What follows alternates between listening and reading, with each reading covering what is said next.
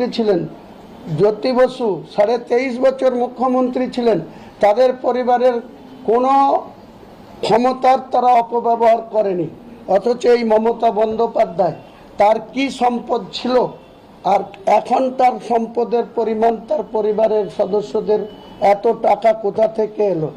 আমার কাছে মুসলমান সম্প্রদায় যখন মমতা বন্দ্যোপাধ্যায়ের কাছে সমর্থন করলো 2011, দীর্ঘ 34 বছরের বামকে ভোট দেওয়ার পর তারা যখন সরে আসলো, তারপরে মমতা ব্যানার্জি মুসলমানদের সঙ্গে যে বিশ্বাসঘাতকতা, যে মিথ্যাচার করেছে, এবং আমাদের মতো ওয়ার্কার, আমি কংগ্রেসের রানিং এমএলএ পদ তুচ্ছ করে ছেড়ে দিয়ে আমি যখন ওর হাত ধরেছি, তারপরে এই ভাইপো তার নির্দেশে এই পার্থ চট্টোপাধ্যায় জেলখাটা আসামি, যাকে এবছর টিকিট দেয়নি, আর একজন জেলখাটাকে টিকিট দিয়েছিল, হেরে ভোটটা হয়েছে।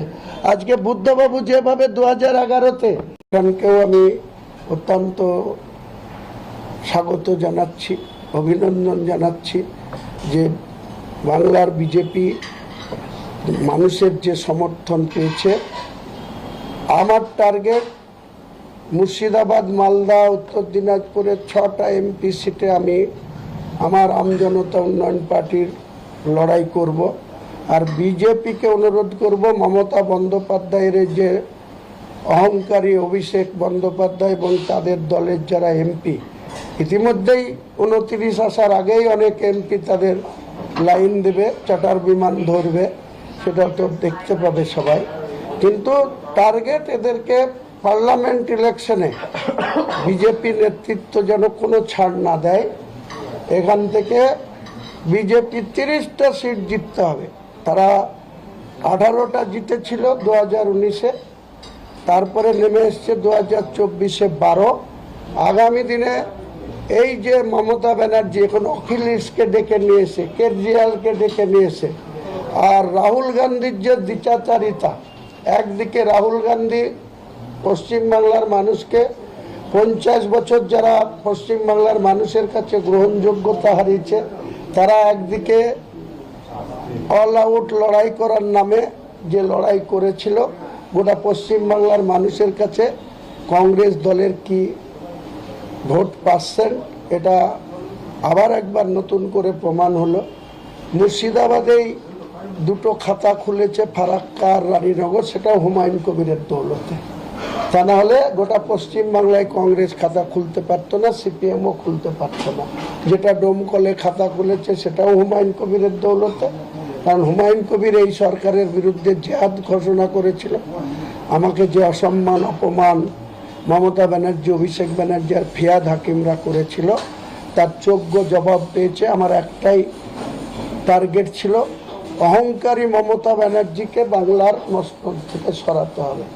আমি মহান আল্লাহ তাআলার কাছে লাখ লাখ শুকরিয়া জানাই যে মমতা বন্দ্যোপাধ্যায়ের মতো মিথ্যাচারী, অত্যাচারী শাসন থেকে বাংলার মানুষকে মহান আল্লাহ তাআলা বা যিনি ভগবান, তিনারা বাংলার 11 কোটি মানুষকে তাদের অত্যাচারের হাত থেকে মুক্তি দিয়েছে।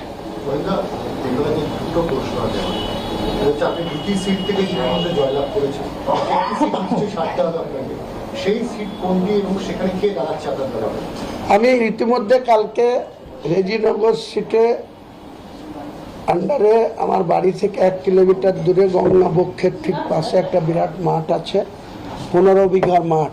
এই অ্যান্ডারসন রাইট কোম্পানির নামে জায়গা। 84 বছর আগে অ্যান্ডারসন রাইট কোম্পানি এখান থেকে ছেড়ে কানাডা চলে গেছে। ওই মাঠটা আমাদের বাড়ির সন্নিকট মাঠ, ওখানে একটা আশ্রম আছে। বাকি 13 বিঘাতে আমাদের যে মাঠ, সেই মাঠে সকালবেলায় উঠে আমরা শরীর চর্চা করতে যাই। হিন্দু মুসলমান সবাই, মা বোনেরা, ইয়ং ছেলেরা সবাই যায় সেই মাঠে। কালকে আমি সামিয়ানা খাটিয়ে, প্যান্ডেল খাটিয়ে সকাল 10টা থেকে বিকেল 5টা পর্যন্ত 10,000 কর্মীদের, আমজনতা উন্নয়ন পার্টির কর্মীদের সঙ্গে আলোচনা করে সিদ্ধান্ত নিয়েছি 70 রেজিনগর আমি রিজাইন করব আগামী 15ই মে, এবং তারপরে আমি নওদা বিধানসভা কেন্দ্রের এমএলএ হিসাবে স্পিকার মহোদয়ের কাছে শপথ নেব। এবং বাই ইলেকশন যেদিনই ঘোষণা প্রধানমন্ত্রী নরেন্দ্র মোদীজির নেতৃত্বে যে সরকার তৈরি হয়েছে, আমরা আজকে বিধানসভায় প্রবেশ করেছি। এখানেই আইন তৈরি হবে, এখানেই বাজেট পেশ হবে এবং এই বিধানসভার প্রতি দায়বদ্ধতা সরকারের থাকবে। আপনারা গণতন্ত্রের যে প্রথম তিনটি কথা, for the people, by the people, of the people, এটা এই বিধানসভায় দেখতে পাবেন। এবং এই বিধানসভায় কোনো কিছু গোপনীয়তা থাকবে না।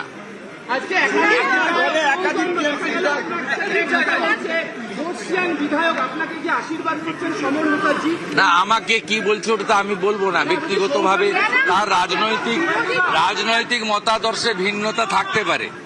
আমি ব্যক্তিগতভাবে যেটা বলেছে সেটা আপনাদেরকে বলতে যাব কেন? আমি বলছি নাম না করে, তৃণমূলের একাধিক বিধায়ক আমাকে বলেছেন যে আমরা স্বাধীনতা পেলাম, মানে যা করার করব।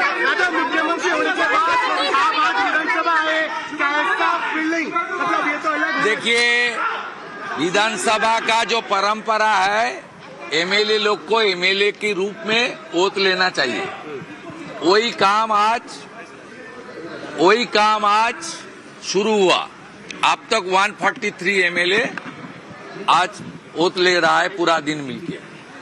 ये मैं पहले चीफ मिनिस्टर के नाते पहले ओत लिया भवानीपुर से, और बाकी एमएलए लोग भी ले रहा है। प्रक्रिया काल तक चलेगा और हमारी नया speaker day after tomorrow elected होगा, इसका पहली प्रक्रिया खत्म होगा। दादा, याद आ रहा है इसके पहले लास्ट ईयर पे आपको बहुत बार सस्पेंड किया गया था। दादा, আমি ওয়েলকাম করেছি এবং আমি উনার টুইট দেখার পরে, মানে খবরটা দেখার পরে, আমিও আমার সিকিউরিটি দায়িত্বে থাকা লোকজনকে বলেছি অপ্রয়োজনীয় গাড়ি রাখার প্রয়োজন নেই। আমাদের প্রধানমন্ত্রী আমাদের পথপ্রদর্শক। স্বচ্ছ ভারত অভিযান থেকে রাষ্ট্রবাদের উত্থান, ভারতীয় সংস্কৃতি থেকে সনাতন সংস্কৃতির জাগরণ, সবকা সাথ, সবকা বিকাশ, সবকা বিশ্বাস, সবকা প্রয়াসের তিনি প্রবর্তক। তাই তিনি যেটা আজকে করেছেন সেটা আমরা করব এবং আমরা তার দেখানো পথেই চলব।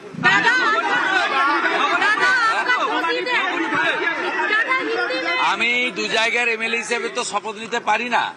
আমি ভবানীপুর থেকে শপথ নিলাম, মানে আমাকে সংবিধান আইন অনুযায়ী নন্দীগ্রামটা ছাড়তে হবে।